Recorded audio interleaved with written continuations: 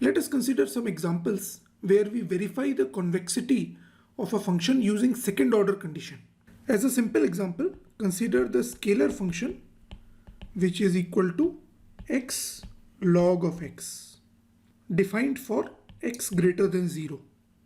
So as you can see here, that the second derivative of f with respect to x, this is a scalar case, so it is not a matrix, it is just a scalar, is given by 1 over x. Note that for x greater than 0, this is also greater than 0, which implies that f is convex. Similarly, consider a slightly more complicated, the entropy function. So the entropy function is given by minus x log x minus 1 minus x log of 1 minus x. The domain of the entropy function is 0, 1. So it is only defined in the open interval 0, 1. Sometimes people define it in the closed interval 0, 1 by taking it to be 0 on the boundaries. The entropy function, the convexity of the entropy function can also easily be verified. So the second derivative of h is given by minus 1 over x minus 1 over 1 minus x. Note that for x between 0 and 1, this is always negative. Hence the entropy function is always concave, right? Because the second derivative is negative, it is always concave. Now let's consider a slightly more complicated example. So let's consider f of x equal to log of summation over I from 1 to n e raised to the power xi. So this is called, by the way, this is called the log sum exp function, and this is like really useful in the context of geometric programming. So it is important that we verify its convexity because we will use this result later on as the basis for geometric programming. So let's see how to verify its convexity. Let us say that zi is equal to e raised to the power xi. Then observe that the partial derivative of f with respect to xi can be written as the partial derivative of f with respect to zi and times the partial derivative of zi with respect to xi. And this is given by, you can verify this thing, that it is given by zi divided by summation of zi. So the reason for that is that this will be log summation of zi, and its derivative will be given by 1 divided by summation of zi, and the derivative of zi with respect to xi is simply e raised to the power xi, which is equal to zi. So this is the partial derivative of f with respect to xi, which is zi divided by summation of zi, I from 1 to n. Now let's calculate the second derivative. So the second derivative of f with respect to xi is given by, so let's apply the same idea as earlier. We take the derivative with respect to z first and then multiply it with derivative of zi with respect to xi. And you can verify that this comes out to be minus zi square divided by, so let's call it zk just to avoid confusion in the indices, plus zi divided by zk, k equal to 1 to n. So this is the second derivative of f with respect to xi. In the same way, we also need to calculate the second derivative of f with respect to xi xj for I not equal to j. So for that case also, in the same way, we can verify that it is given by second derivative of f with respect to xi, derivative with respect to zj times derivative with respect to zj with respect to xj. And this is given by minus zi zj divided by summation over zk square, k equal to 1 to n. Right, so this is for the case I not equal to j. So we have determined all the entries of this matrix, right? This is a n cross n matrix, and we have determined the diagonal entries as well as the off diagonal entries. Now recall that to show convexity, to prove or disprove it, we need to show that Hessian is PSD, right? Positive semi-definite.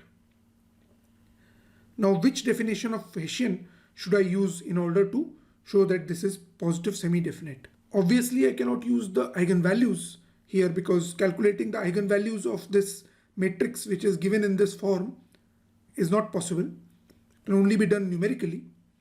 So let's use this other definition, which is that U transpose gradient Hessian of f times U has to be greater than or equal to 0 for all U. So let's instead show this thing. So what is U transpose Hessian of f U? So what we have to do is we have to basically multiply ui uj with the ijth term, right? So this is given by I comma j ui uj Hessian ijth term. So we need to calculate this quantity. We can split this sum as summation over all off diagonal entries, so ui uj and then Hessian entries of Hessian, ijth entry of Hessian, plus summation over I equal to 1 to n ui square second derivative of f with respect to xi. So let's substitute from above.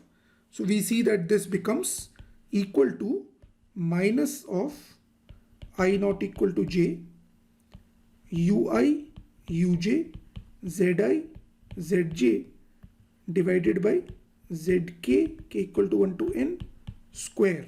So this takes care of the off diagonal entries plus summation over I from 1 to n ui square zi divided by summation over zk k equal to 1 to n minus summation over I from 1 to n ui zi square divided by zk square k equal to 1 to n.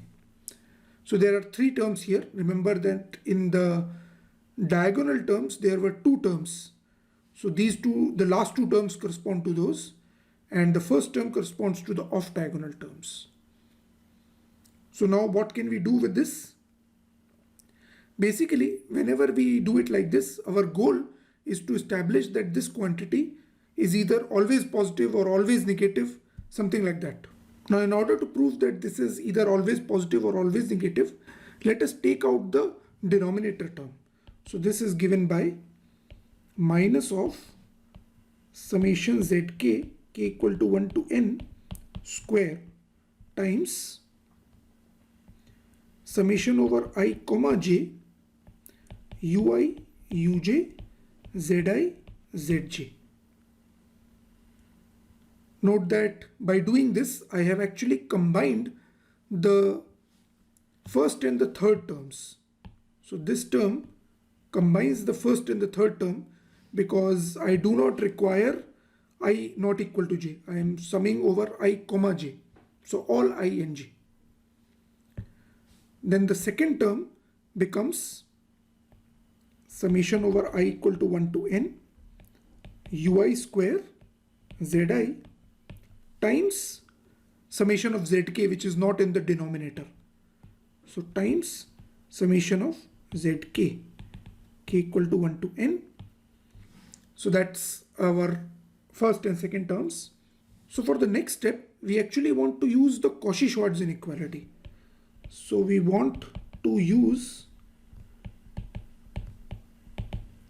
Cauchy-Schwarz inequality. To do that, actually we remember that Cauchy-Schwarz inequality was of the form A transpose B less than equal to A transpose A times B transpose B. right? So this was the Cauchy-Schwarz inequality. Now observe what is this term.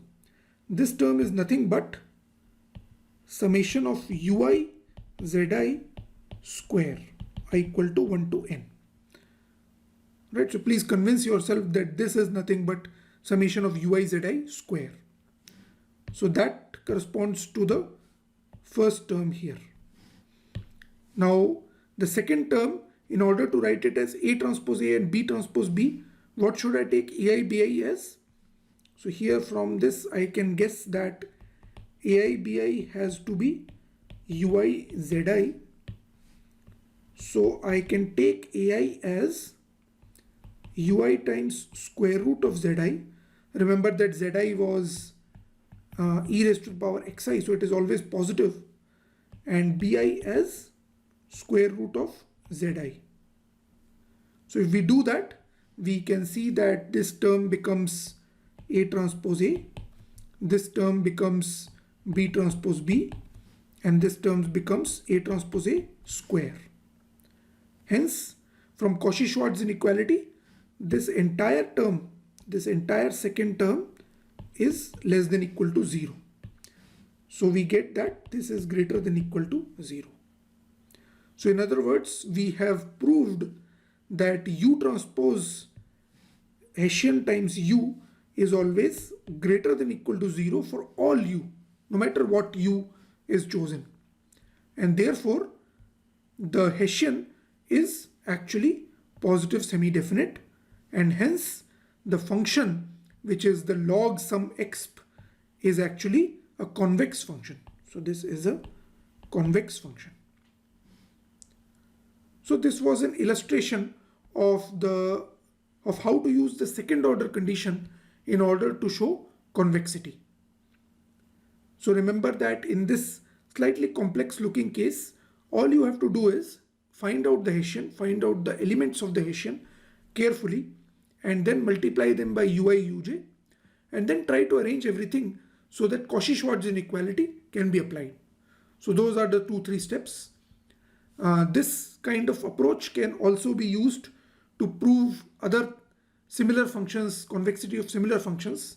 For example, so let me leave it as a homework.